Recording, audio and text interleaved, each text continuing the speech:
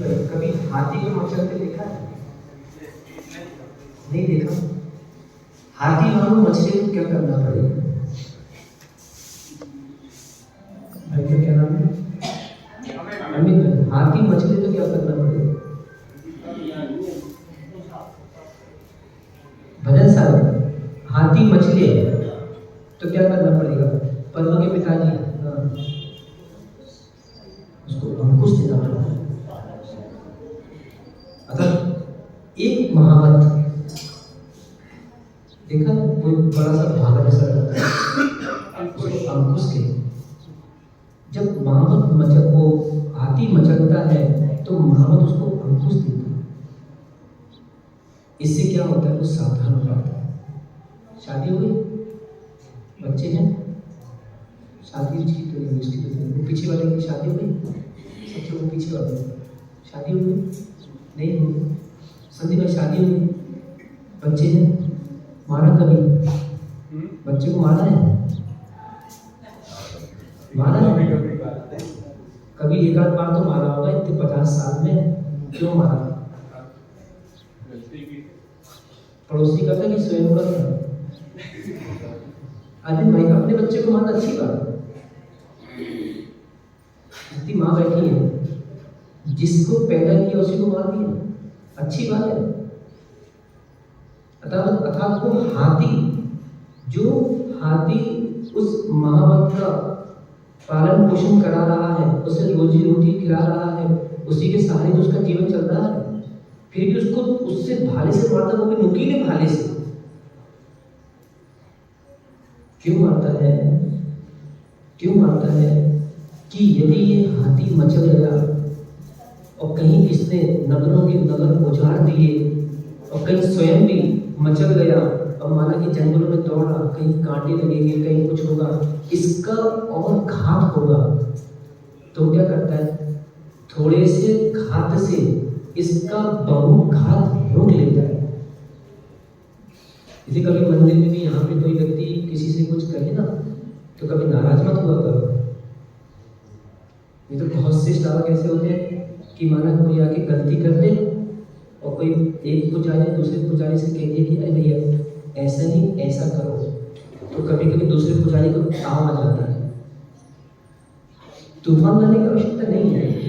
उस समय जो कह रहा है उसको अपना उपकारी मानना कि चलो मैं अज्ञानता में गलती करने जा रहा था और इसने मुझे उस समय बता दिया, मुझे ज्ञान दे दिया, उसके हाथ जोड़ो, उसको हाथ मत दिखाओ।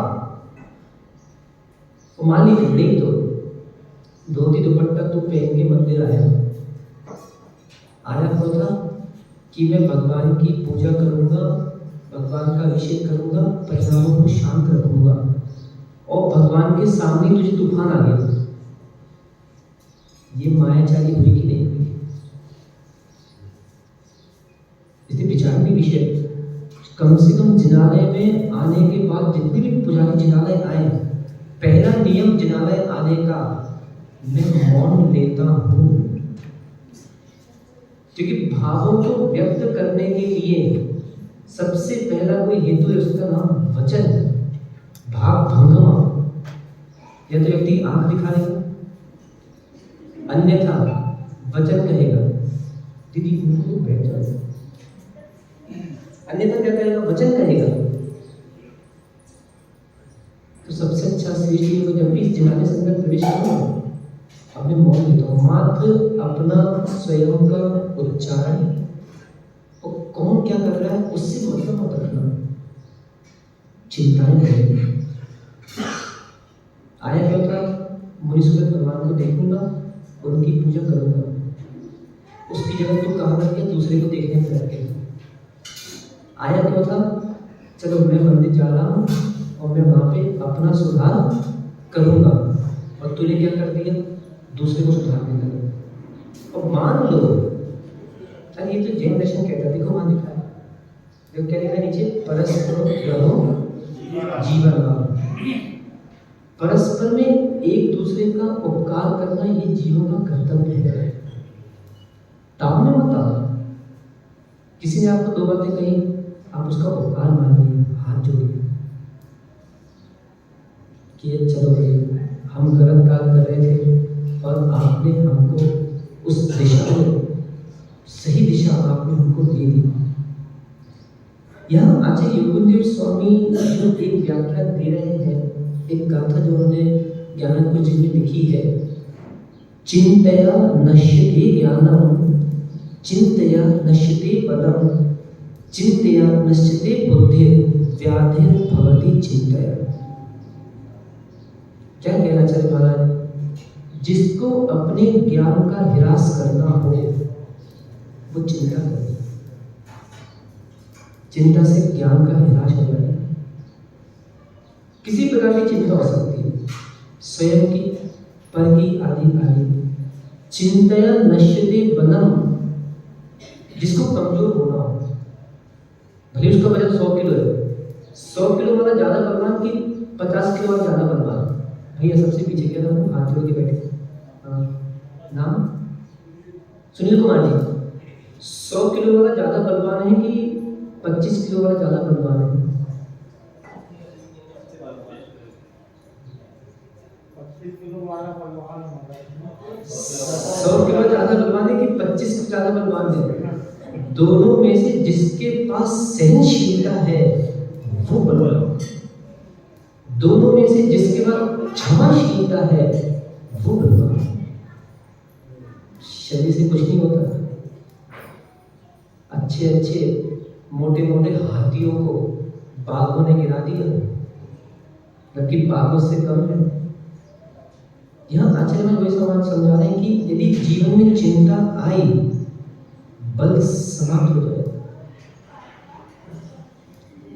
देखिए बहुत से लोग हैं जिन्होंने आज शादियां कर ली, शादी करने के बाद धैर्यशीलता जीवन में नहीं आ रही, इसके कारण वो स्वयं बलहीन है, उसमें विचार शक्ति उज्ज्वलता को प्रकाशित नहीं कर रही, उज्ज्वलता को प्राप्त नहीं हो रही है, और वो अपने परिवार में भी उज्ज्वलता नहीं ला पा रहा। क्यों? क्योंकि वो स्वयं चिंता में इतना डूबा है कि शाम को जाके परिवार में 2 बातें करने का उसके पास समय नहीं है। और एक उदार व्यक्ति कौन होगा? चलो भाई अपनी चिंता को अपने पास रखो और सामने वाले से प्रसन्नता से बात करो। ये बहुत बड़ी देवचिंता है। आज देख रहे हैं ना, हाथ जोड़ने की जो परंपरा समाप्त हो रही है, इसके कारण तनाव बढ़ रही है।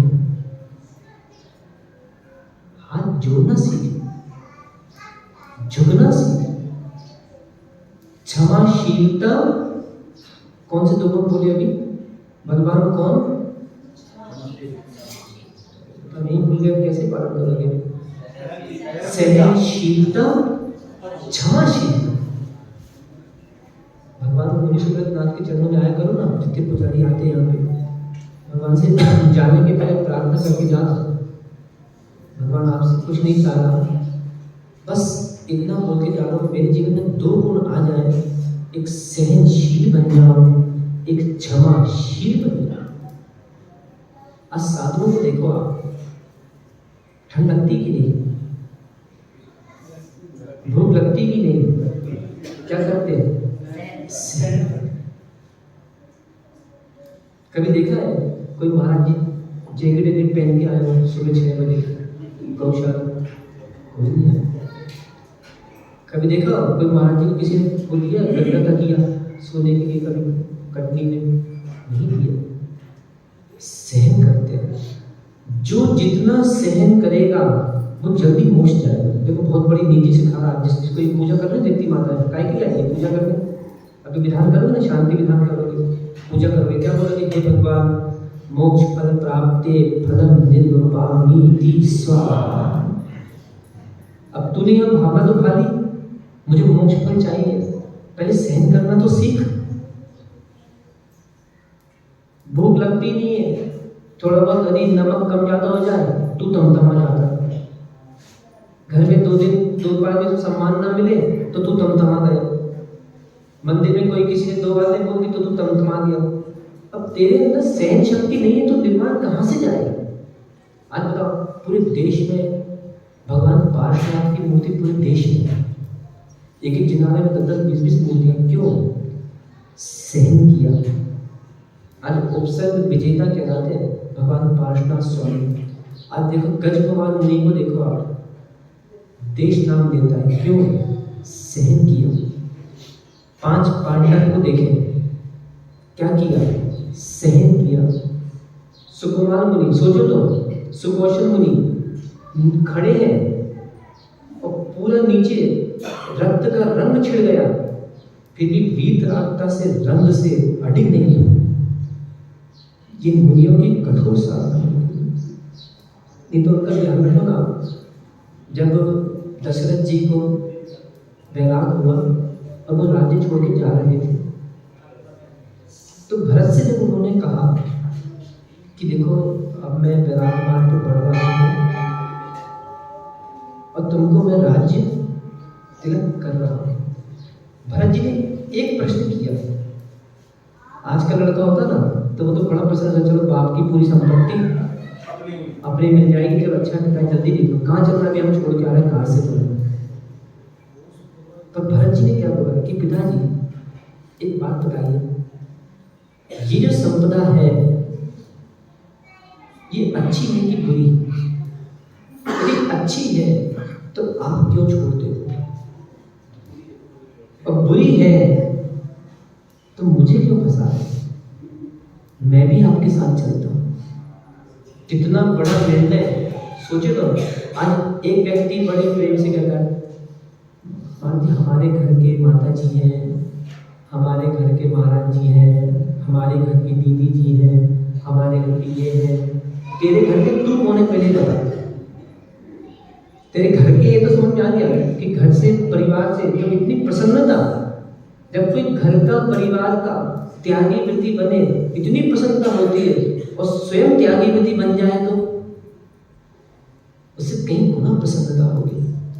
सोचिए वो भरत जी ने उस समय जब राजा दशरथ ने कहा तो उन्होंने यही कहा था, पर क्या करें, बेचारी केकई का प्रण था ना, इसके कारण भरत जी को घर में रहना पड़ा। परंतु घर में रहते हुए भी वे वैरागी थे। कोई बात नहीं, साधु नहीं बन पा रहे हैं, कोई बात नहीं, एक सच्चे पुरुष बन के तो घर में रह सकते हैं, एक सच्चे धर्मात्मा बन के तो घर में रह सकते हैं। अभी इसका स्वाध्याय कर रहे थे, बहुत अच्छा ग्रंथ लिखा हमने, निर्दोष सागर महाराज का, निर्दोष सागर का आराध्य सूत्र, इसमें बहुत अच्छी बात लिखी गई। ऐसा अपना स्वभाव बनाइए कि कोई आपकी प्रतीक्षा करे। ऐसा अपना स्वभाव बनाइए कि जाने के बाद भी लोग याद करें। कटनी में मरने के बाद भी जिसको कटनी वाले मोहल्ले वाले याद करें, वो समझना कि ये अच्छी मृत्यु को प्राप्त हुआ है। और जिसके मरने के बाद लोग ऐसा कहेंगे, चलो बुढ़ा मर तो गया, कम से कम इसने नाम को दम कर रखा था मोहल्ले में, घर में, तो समझो कि मैं जीते जी भी किसी के जी में जी नहीं पाया। जी समझते ना, जी मतलब हृदय, जी जीते जी भी मैं किसी के जी में नहीं जी पाया, और मरने के बाद भी मैं किसी के जी में नहीं जी पाया। आज देखें बेचारे रावण को जीते जी भी लोग अपशब्द कहा करते थे, और मरने के बाद तो देख रहे हैं दुनिया जला रही। ठीक है, उस जीव ने अच्छा सुकृत किया तो भविष्य में वह जीव तीर्थंकर पद को प्राप्त होगा, परंतु रावण जैसा पुण्य कटनी वालों का नहीं है कि चलो कुकृत भी कर गए और बाद में तीर्थंकर भी बन जाए। इतना तेज पुण्य नहीं है, क्योंकि मध्यम वर्गीय, ना कम ना ज्यादा। ठीक है, दो ही लोग का नाम होता है, अनिल भैया, अनिल नाम ना सुनी जाए, अनिल भैया, दो लोग का ही नाम होता है, या तो व्यक्ति कुख्यात हो या विख्यात हो। बीच वालों की गणनाएं कम होती है। अब आज देखो इतने बड़े बड़े जिनादे बना रहे हैं, जो भी दान दे रहे हैं, समोशक बन रहा है, विद्युत बनवा रहे हैं, और कोयले वाले इतना बड़ा मंदिर बनवा रहे हैं, और उसके बाजू वाला जिन लोगों ने भी दान दिया है, सामाजिक मंदिर जो भी है, कितना बड़ा निर्णय। व्यक्ति चाहता तो वो जो पैसा था उससे कोई संपत्ति अपनी स्वयं की खरीद लेता, कहीं विदेश घुमाता, कहीं उसको भूख में नाश कर देता।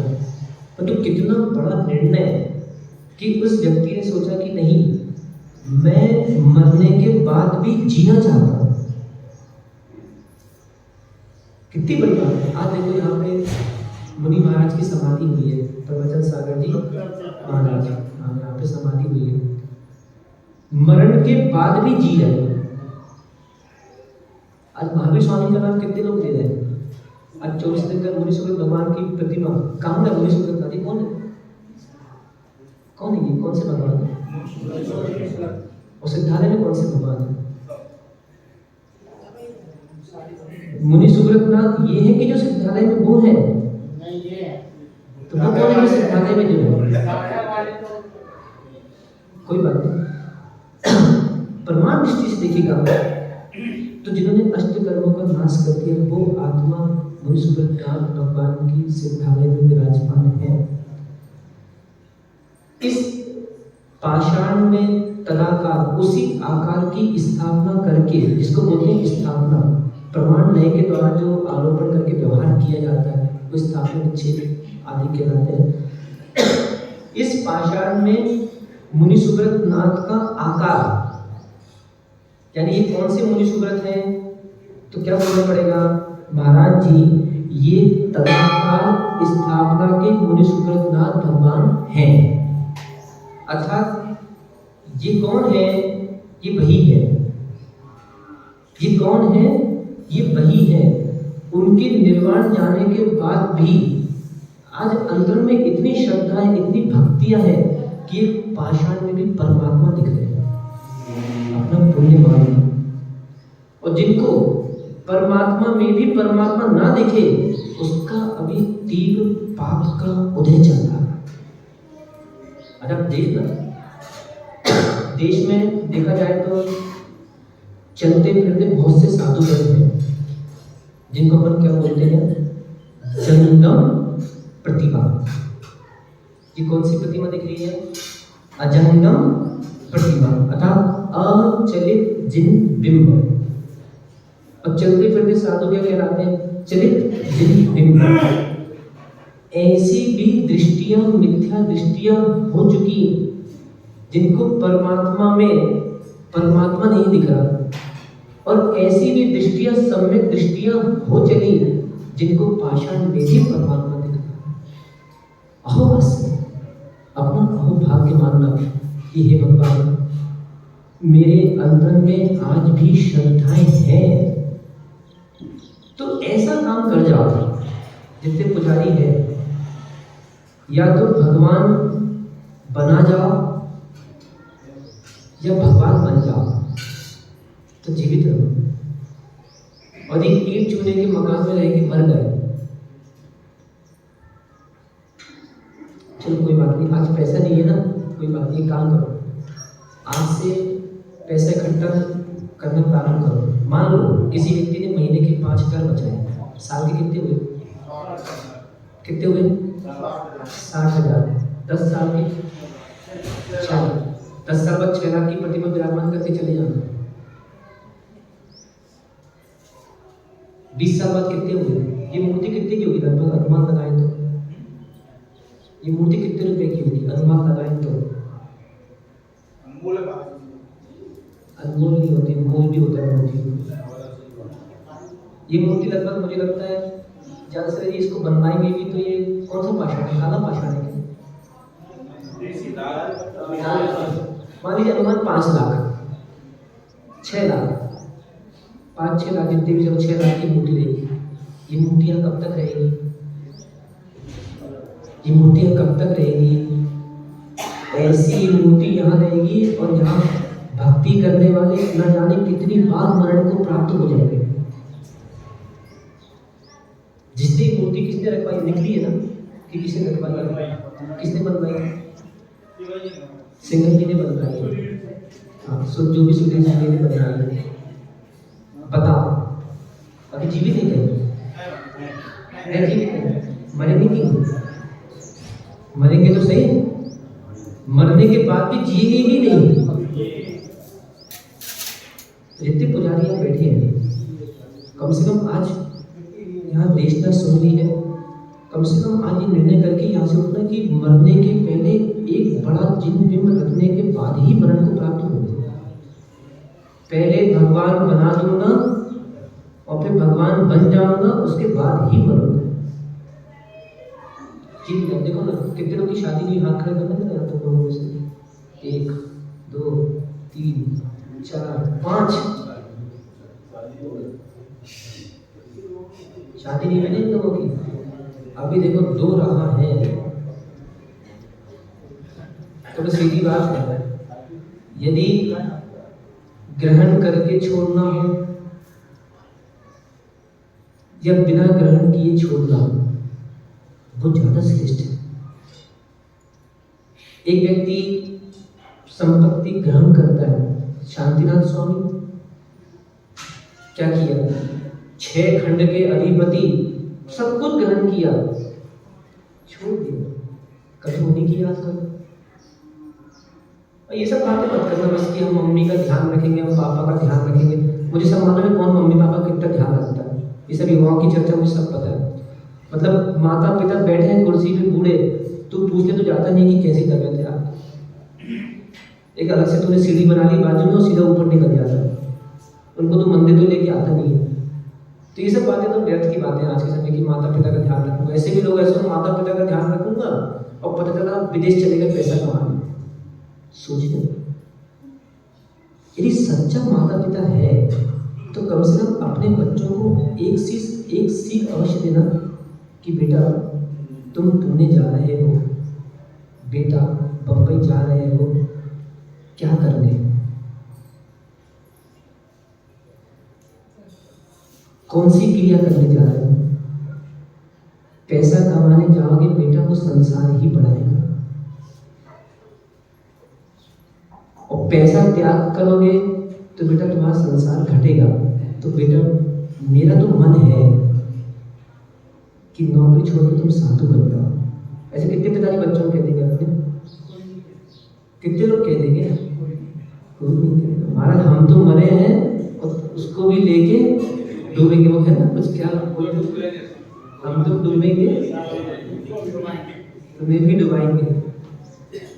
नहीं वास्तव में यदि दुख दिख रहा है संसार में तो मैं कहूँगा सबसे अच्छा एको मन का जीवन जिए। आज देश में इतने सारे दिगंबर होने वाले हैं, इनको घर में अच्छा लगता तो क्यों डाले। साधनों में साधना नहीं हो सकती। भाई क्यों हुई शादी, हो गई शादी तो बैरागी जैसा लगता है मुझे थोड़ा सा इसका चेहरा। ये देखो कितना अच्छा चेहरा है, कोई जड़ तो नहीं है शरीर में, तो बस निकलो त्याग करो घर का। अरे एक कितना श्रेष्ठ व्यक्ति होगा कि मानो एक वस्तु एक ही है, उसका उपयोग करो।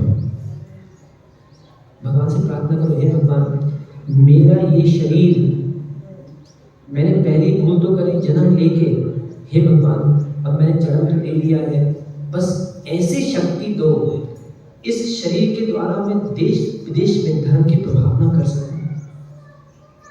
कुछ नहीं करना, बोलना नहीं, मत बोलना।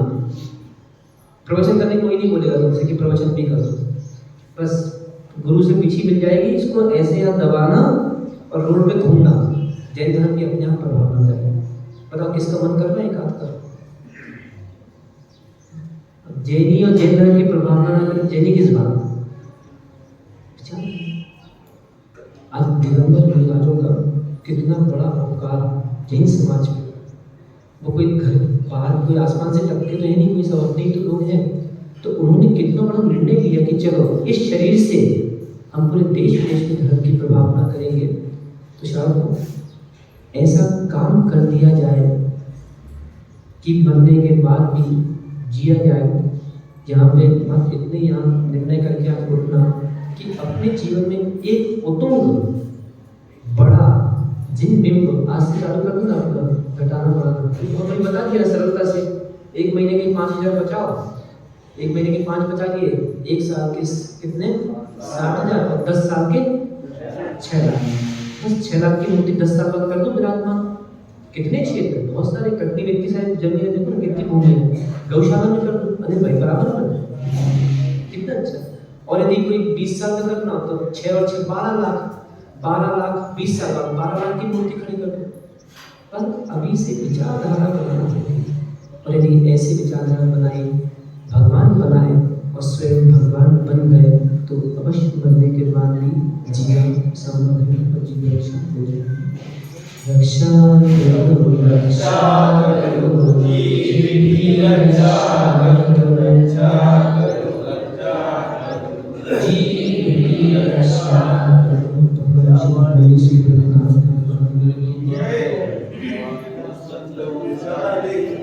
Hey,